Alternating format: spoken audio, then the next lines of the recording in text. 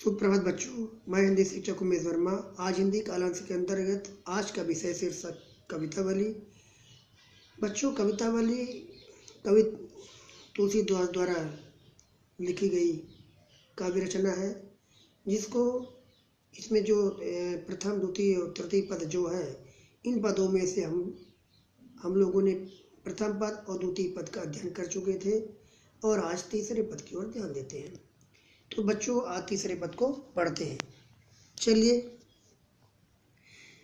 बच्चों, पद पढ़ने से पहले मैं ये बताना चाहता हूँ कि इस पद में कवि ने अपने वैराग्य भाव को व्यक्त किया है। यानी कवि को कोई कुछ भी कहता रहे या कोई फर्क नहीं पड़ता है, और कवि अपने आप को श्री राम का दास मानकर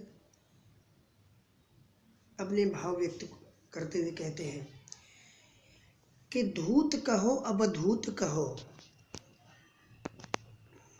धूत कहो अवधूत कहो, राजपुतु कहो जुलाहा कहो कोऊ, काहू की बेटी सो बेटा न बियाह, काहू की जात बिगाड़े न सोऊ, तुलसी सरनाम गुलाम है राम को, जाको रुचय सो कहे कछु कहो कोऊ, माँ ये खैबौ मसीत को सोईबौ, लाइबौ एकौ न दैबौ दो।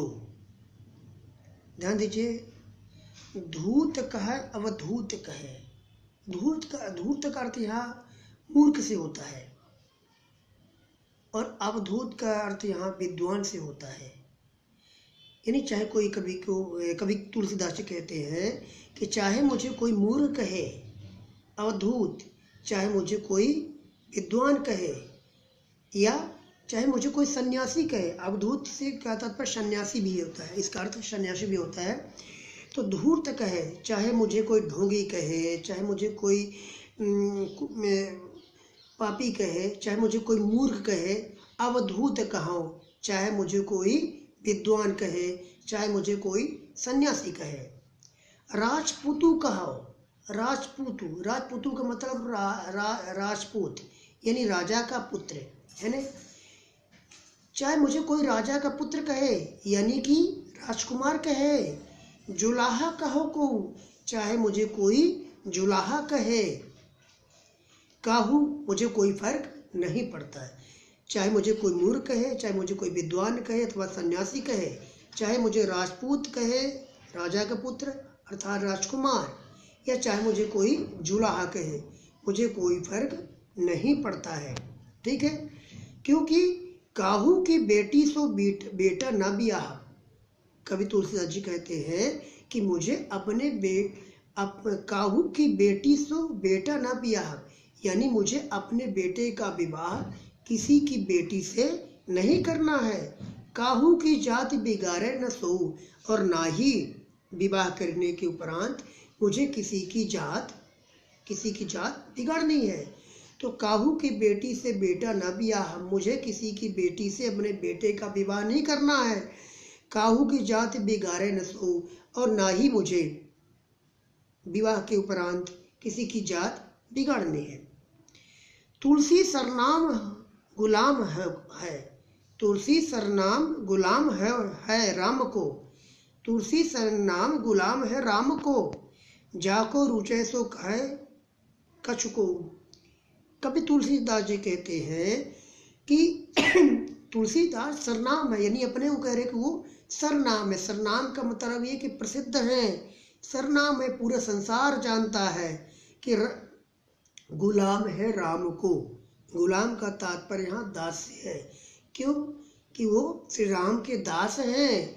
यह सरनाम हूँ, मैं प्रसिद्ध हूँ, पूरा संसार जानता है कि तुलसी जो है वो राम के गुलाम है अर्थात उनके दास हैं, और श्री राम को अपना क्या मान रहे हैं? स्वामी मान रहे हैं। तो कभी यहाँ पर अपने आप को क्या करें? दास। जाको रुचय सो कहे कछु ओऊ, कभी कहते हैं जाको रुचय, जिसको जो भी अच्छा, रुचय का तात्पर्य अच्छा लगना, रुचिकर, जिसको जो रुचिकर लगे, जो भी अच्छा लगे। कहे कछु ओऊ, मुझे कोई जिसको जो अच्छा लगे सो कहता रहे, क्योंकि मुझे कोई फर्क नहीं पड़ने वाला। माँ की खैबो, माघ के खैबो मसीत को सोइबो लैबो एको न दैबो दो। कवि तुलसीदास जी कहते हैं कि मैं तो माघ के खैबो, मैं तो माघ कर खाता हूँ, मैं एक भिक्षुक की बात मैं माघ कर खाता हूँ, ठीक है ना। और मसीत को सोइबो, मसीत का तात्पर्य यहाँ मस्जिद से है।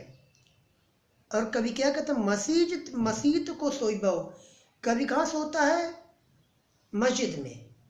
देखिए ध्यान दीजिएगा, कवि तुलसीदास हिंदू हैं लेकिन सोने की बात कहाँ कर रहे हैं, मस्जिद में।